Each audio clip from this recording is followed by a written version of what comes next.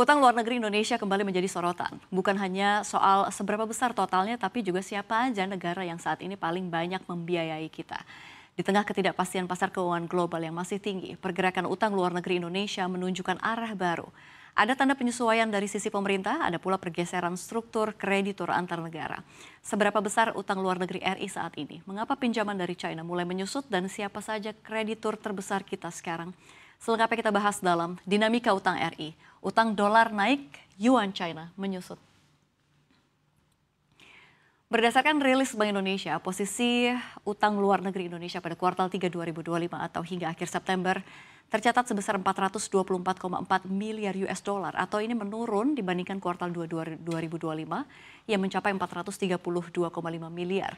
Jika dikonversi ke rupiah nilainya mencapai 7.100,21 triliun rupiah dengan asumsi kurs 16.730-an per dolar. Secara tahunan utang luar negeri turun 0,6% year on year, jauh lebih rendah dibandingkan pertumbuhan utang luar negeri kuartal 2 yang masih 6,4% year on year. Penurunan ini dipicu melambatnya pertumbuhan utang luar negeri pemerintah karena aliran masuk modal asing ke surat berharga negara menyusut. BI menjelaskan terjadi kontraksi pertumbuhan aliran dana asing pada SBN domestik seiring ketidakpastian pasar keuangan global yang masih tinggi.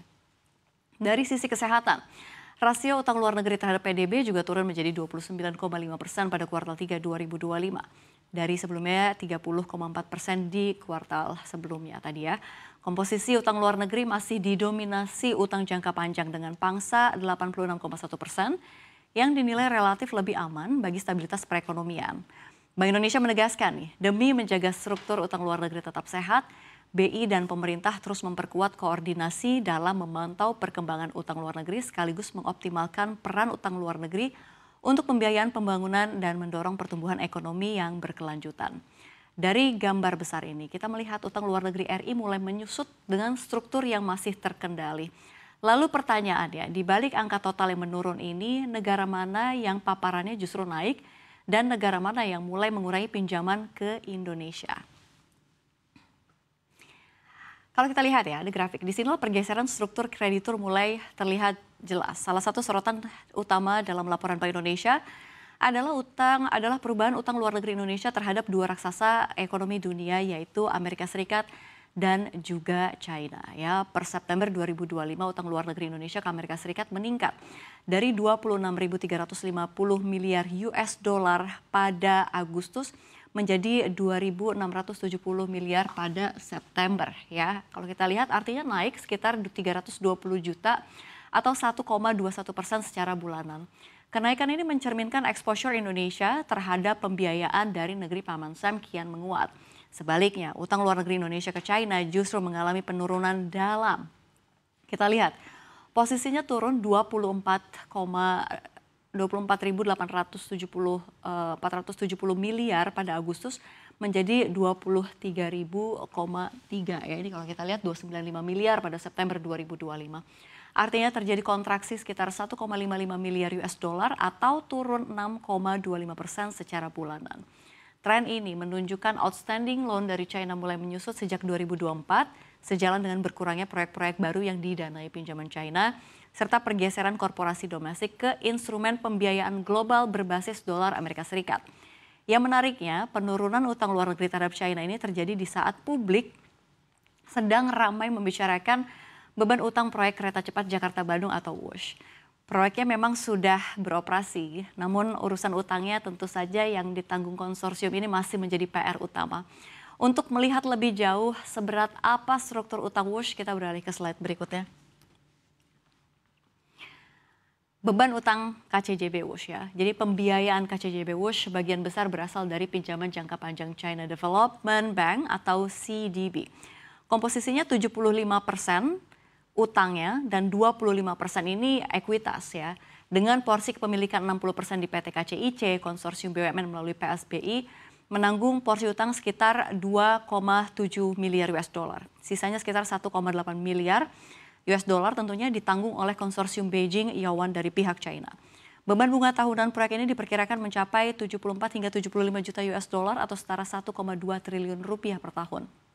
Sementara kondisi keuangan PSBI ini masih mencatatkan kerugian lebih dari 1,6 triliun rupiah per Juni 2025. Kondisi inilah yang membuat isu utang Wush kembali ramai dibicarakan, terutama terkait kemampuan konsorsium untuk memenuhi kewajiban pembiayaan jangka panjang. Sejumlah opsi penyelesaian masih dibahas pemerintah bersama para pemangku kepentingan, mulai dari skema pembiayaan ulang atau refinancing hingga potensi pelibatan lebih besar pihak swasta maupun BUMN lain.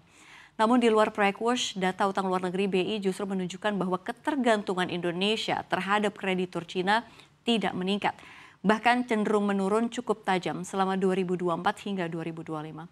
Ini mengindikasikan penambahan utang baru dari China termasuk untuk proyek infrastruktur yang besar ini sudah jauh lebih terbatas dibandingkan periode pembangunan sebelumnya. Pertanyaannya, jika porsi China menyusut, siapa saja kini kreditur terbesar Indonesia? Kita lihat faktanya. Dengan data terbaru per September 2025, Amerika Serikat ini kalau kita lihat ya, dan juga China masih menempati posisi kedua dan ketiga sebagai kreditur terbesar Indonesia. Singapura masih memimpin di posisi yang pertama. Di luar tiga besar itu, sejumlah negara lain juga masih menjadi pemberi pinjaman utama bagi Indonesia meski dengan tren yang berbeda-beda. Jepang kita lihat ya di posisi keempat dengan total pinjaman sebesar 20,13 miliar US dollar per September 2025. Angka ini menunjukkan tren penurunan yang konsisten dibandingkan tahun-tahun sebelumnya, melanjutkan pola melemah sejak 2010 ketika Jepang pernah menjadi kreditur terbesar Indonesia dengan pinjaman mencapai 40,47 miliar US dollar. Dan kita lihat di posisi kelima ada Hong Kong dengan nilai pinjaman sebesar 18,84 miliar pada September 2025. Ini naik tipis dibandingkan posisi Agustus 2025 yang sebesar 18,69 miliar dolar Amerika Serikat. Meski memang fluktuasinya relatif kecil, Hong Kong ini tetap mempertahankan perannya sebagai salah satu sumber pembiayaan penting bagi Indonesia. Hong Kong juga terus menjadi pusat pendanaan utama bagi korporasi RI, terutama untuk pinjaman jangka menengah dan juga fasilitas perbankan internasional yang banyak dimanfaatkan dunia usaha. Gambar besarnya, ini struktur kreditur Indonesia kini semakin terdiversifikasi ya. Tidak hanya bertumpu pada satu negara, meski beberapa proyek besar masih meninggalkan pekerjaan rumah yang harus dikawal dengan ketat. Ya, pemirsa, dari data BI ini terlihat jelas ya, utang luar negeri Indonesia sedang berada di fase penyesuaian. Total utang mulai menyusut, rasio terhadap PDB membaik, dan komposisi didominasi utang jangka panjang yang lebih aman bagi stabilitas. Di saat yang sama, struktur kreditur juga bergeser, utang ke Amerika Serikat naik, utang ke China menurun. Singapura tetap memimpin, serta peran Hong Kong dan sejumlah kreditur lain semakin penting bagi pembiayaan korporasi RI. Tantangannya adalah memastikan utang luar negeri ini digunakan untuk proyek yang produktif dan mampu menghasilkan arus kas yang kuat. Termasuk dalam mengawal proyek-proyek infrastruktur besar seperti KCJB Wush agar tidak menjadi beban jangka panjang. Ke depan, diharapkan koordinasi BI dan pemerintah dalam pengelolaan utang luar negeri mampu menjaga struktur utang tetap sehat, menopang pembiayaan pembangunan dan mendorong pertumbuhan ekonomi nasional yang berkelanjutan.